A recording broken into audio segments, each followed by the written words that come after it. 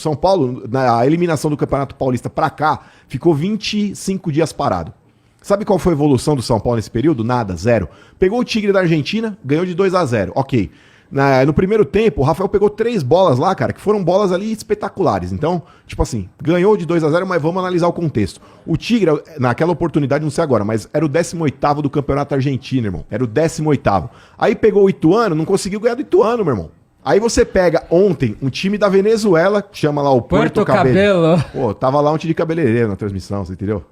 Então o negócio é o seguinte, foi ganhar o jogo, mas ganhou de 2-0. Mano, foi fazer o primeiro gol com mais de 40 minutos do segundo tempo, irmão. E o Rogério Ceni, pregaram, hein? E o Rogério Ceni na entrevista coletiva, ele tem a cara de palma de falar que o São Paulo jogou bem, mano. É chamar quem tá assistindo o jogo, quem foi lá, pagou, tomou chuva e assistiu o jogo, viu que foi uma merda. É chamar o cara de otário, mano. Como é que você fala que o time jogou bem, ganhando de 2-0 e marcando o primeiro gol aos 40 do segundo tempo, mano? Você entendeu? Então é por isso que eu falo. O Rogério Ceni, fora essa questão tática toda, pra mim ele é um cara que ele tem extrema dificuldade pra poder gerir um elenco, pra poder administrar crises. Você pega o Palmeiras, por exemplo, quando perdeu do Chelsea, o Gabriel Menino, ele curtiu lá fotos, postagens do Chelsea campeão, vocês lembram? O que o Abel Ferreira fez, mano? Chamou um moleque de canto, você entendeu? Ó, menino, pô, você não tá sendo utilizado, mas assim... Pô, você ainda é jovem, você é um cara que vai ter oportunidade, não fica fazendo isso com esse esquema. A torcida do Palmeiras vai te odiar por causa disso. Você entendeu? Contorna uma situação. Agora o Rogério Ceni, nessa curtida do Marcos Paulo, foi lá, chamou o cara na frente de todo mundo, deu um esculacho. Os jogadores corporativistas que são, tanto o Luan e o Luciano, que estavam escanteados no clube também, compraram a treta do moleque. Pô, você tá louco, mano? O cara é companheiro nosso aqui, pô, como é que você vai falar? No mínimo, ninguém presenciou a comida de mas assim, as informações chegam, né, pra setoristas, enfim. O cara chegou lá pros caras e falou assim, bacana, você ganhou o quê? Você jogou aonde? Sabe, tipo aquela coisa? Tem um monte de jogador de São Paulo que também não ganhou porra nenhuma, jogou em lugar nenhum, você entendeu? Então, aquela comida de toco foi geral, mano. Só que assim, isso você não pode fazer, porque quem vai entrar em campo e correr por você, que é o treinador, são os caras, velho. Você entendeu? O Rogério Ceni, além de ser um cara limitado como treinador de futebol, é um cara que ele não sabe administrar crises, mano. Porque assim, o jogador de futebol, a crise no elenco de futebol, ela vai existir sempre. Seja no Flamengo, no São Paulo. Vocês imaginem, no Flamengo, por exemplo, o Everton Ribeiro no banco de reserva. Um Pedro agora no último jogo, aí começou no banco de reserva. Você acha que um cara desse aí fica satisfeito? Claro que não. Só que se você não tiver um tato, um feeling ali pra poder tratar com o cara, você perde o elenco, velho. É o cara que vai entrar no campo lá e correr por você.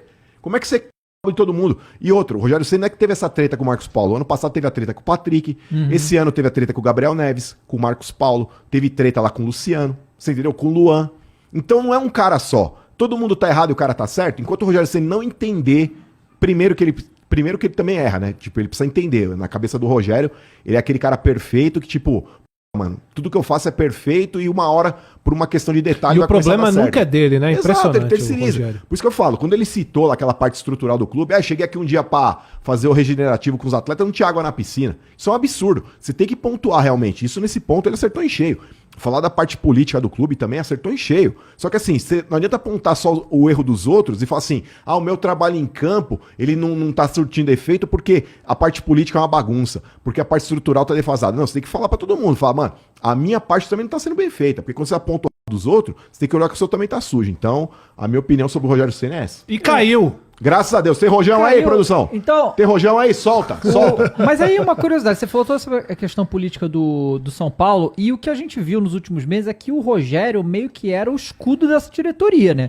Eles jogavam tudo pra cima dele e valeu, porque o Casares mal tá falando, né? Tudo ficava nas costas dele e ele meio que tomava e valeu.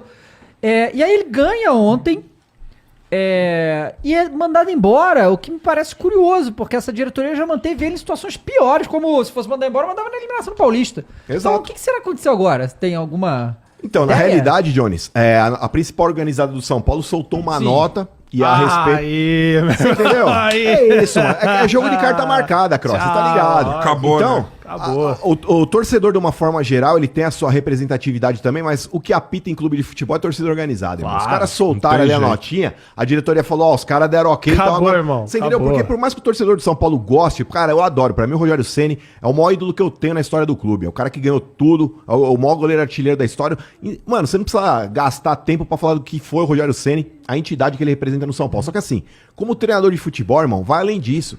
Ele sempre foi assim, arrogante e prepotente desde a época de jogador. Só que quando você vira treinador, você responde por um grupo, irmão. Você tem que gerenciar. E você não pode resolver em campo, né? Exato, mano. E outra, Cross, o negócio é o seguinte, mano. Você tem que fazer os caras comprar a sua ideia, mano. Então é que nem o Jones falou. Ah, mas ele serviu de escudo. Sabe por que serviu de escudo? Porque tem muito torcedor do São Paulo que não consegue desvincular o que foi o Rogério Ceni goleiro do que é o Rogério Ceni treinador. O próprio Rogério tem dificuldade nisso, eu acho.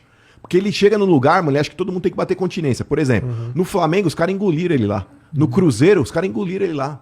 Porque ele acha que ele tem que chegar e todo mundo tem que baixar a cabeça porque o Rogério Ceni... Mano, você é um cara que tá começando uma carreira nova, meu irmão.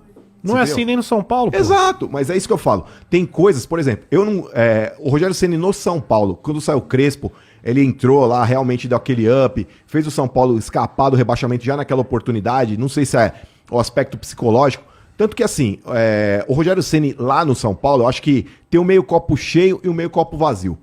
O meio copo cheio é o seguinte, é um cara que tem uma representatividade, como eu já disse, lá por tudo que ele conquistou no clube, por tudo que ele é, só que o meio copo vazio é o seguinte... Mesmo ele errando, ninguém tem culhão de chegar e cobrar o cara porque é o Rogério Ceni.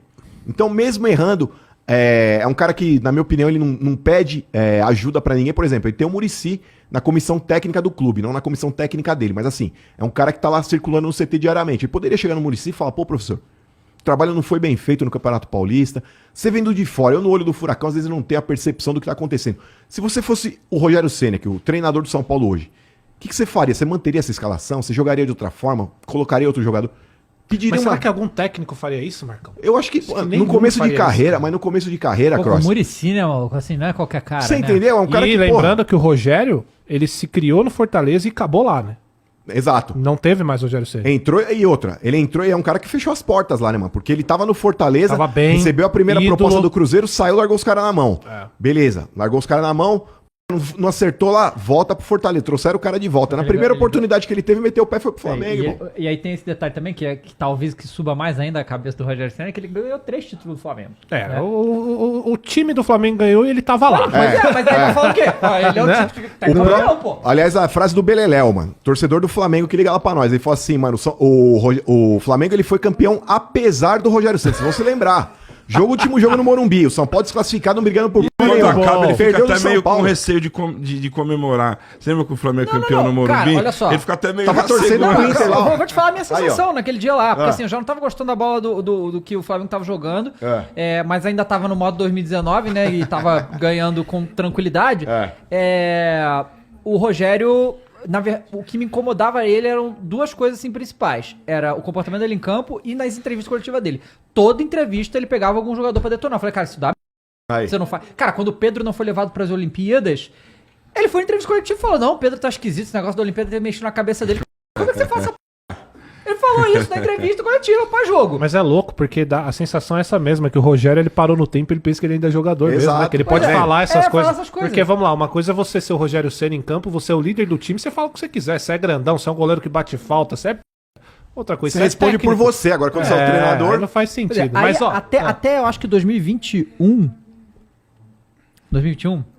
que a gente dá uma surra no São Paulo Morumbi, que a gente tava no estádio, foi 5-1. 5-0. Nossa, aquela do Lisieiro com 30 segundos de jogo. Quem jogou pra foi o Michael esse dia, né? Isso. Até esse jogo aí, se não me engano, a gente não ganhava do São Paulo nem o Jorge Jesus ganhou. Naquele ano empatou 2 vezes. Então não ganhava. Então aquele ano a gente foi eliminado na Copa do Brasil pelo São Paulo, com o Rogério no Flamengo.